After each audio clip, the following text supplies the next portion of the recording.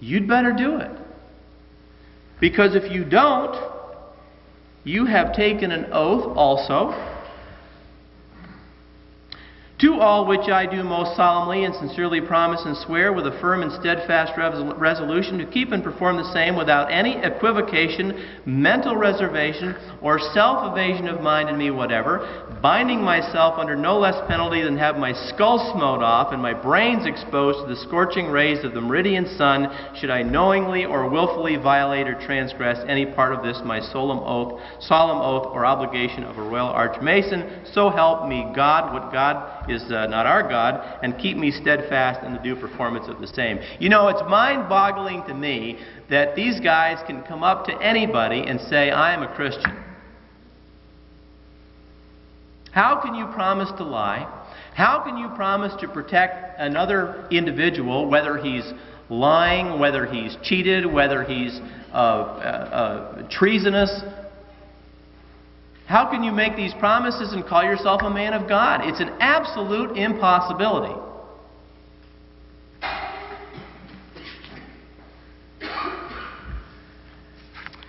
And in the Royal Arch degree, what is promised is that you will hire, bring in under you all of those who also are members of the lodge. So what happens here is, and this is what has happened to this country, the country was founded as a Masonic republic.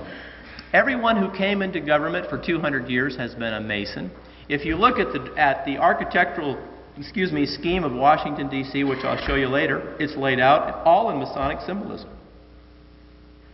For all of David Barton's wonderful tape on what a great Christian country we are, he's missed the complete boat.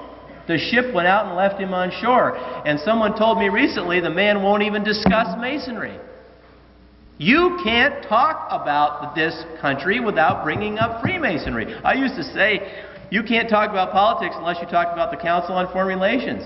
Forget the Council on Foreign Relations. The Council on Foreign Relations is the hierarchy of international Freemasonry. That's all it is. CFR came out of the Royal International Institute, formed by who? Cecil Rhodes. Cecil Rhodes was a Mason. And if you track this thing back, I'll tell you where you end up. Gnosticism.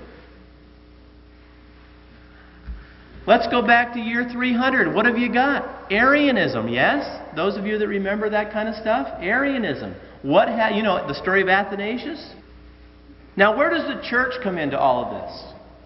Why is this church a problem? This church is a problem, the Roman Catholic Church, specifically because it's mystical. It tries to influence people. It promotes structure and order. It has a priesthood. It promotes the Bible. It promotes a true reading of biblical history. It offers sacraments and rites of initiation which conflict totally and completely with those of Freemasonry. The Catholic Church, I'm sorry to have to enlighten some of my Protestant friends, is the complete antithesis of Freemasonry. Now, being that that is so, and I'll prove that more to you a little bit later because I'll read it right from their own words, can you understand that there might be a need to infiltrate this church? Because we have in their own writings that they hate the fact that there are hundreds, thousands of priests, bishops, nuns, cardinals, and lay people who at a moment's notice are willing to lay down their lives for the Pope and for the Lord.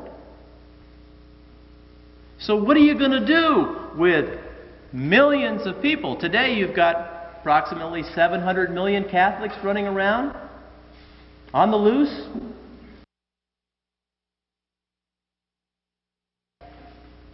That is a very, very, very powerful force of people, 700 million people. Well, a man named Bernard Fay told us that the church has been infiltrated by Freemasons for a long time. In 1723, the Constitutions of the Freemasons, says Fay, spoke of the Brotherhood as having its own Catholic religion. By the way, another aside, when a Freemason named Calles, C-A-L-L-E-S, took over the Catholic Church in Mexico, he thereafter, in a Spanish name, called his church, which he had taken over, the Catholic Church of Mexico. You think the Mexicans know that? No. So when they see the Catholic Church doing crazy things, do they realize that Calles has now put all of his own people in as priests and brothers and cardinals, a la the KGB did in the Soviet Union, in the Greek Orthodox Church? Toward the middle of the 18th century, says Fay, Europe basked in the light of a thriving Freemasonry.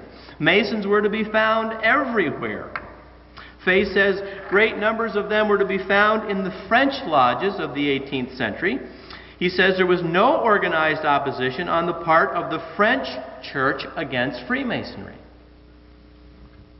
From 1778 to 1790, French Freemasonry could be detected everywhere. In the Parliament, in the army, in the monasteries, in the schools were found members of the lodges, and the clergy, he said, did not remain behind. In Feet Camp, there was a lodge entirely composed of monks, get this, Brother Michael, of the nearby Benedictine monastery. We've got to keep our eye on you guys. The Lodge des Neuf Sœurs, 9 sisters, numbered 13 priests amongst its brethren, and 27 other lodges had priests, get this, as worshipful masters. However, the leadership and high functions generally remained in the hands of the high nobility. By that time, the nobles of Europe had become Masons themselves.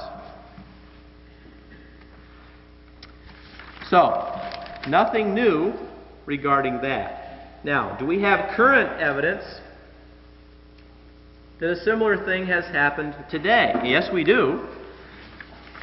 I have a list here of a number of archbishops, cardinals, and monsignors, prelates, priests, who are, this list goes back to 57, 60s, 70s, and I have another list here of Masons in the Catholic Church. I won't give the names, but let's go through some of the positions. These aren't low-level working agricultural positions, you know. Secretary of State, Prefect of the Sacred Congregation of Public Affairs. Member of the Pontifical Commission for the Revision of Canon Law. Secretary of State to Paul VI. Vicar General of the Diocese of Rome. Controller of all the clergy in the city. Member of the Sacred Congregation of Sacraments and of Divine Worship.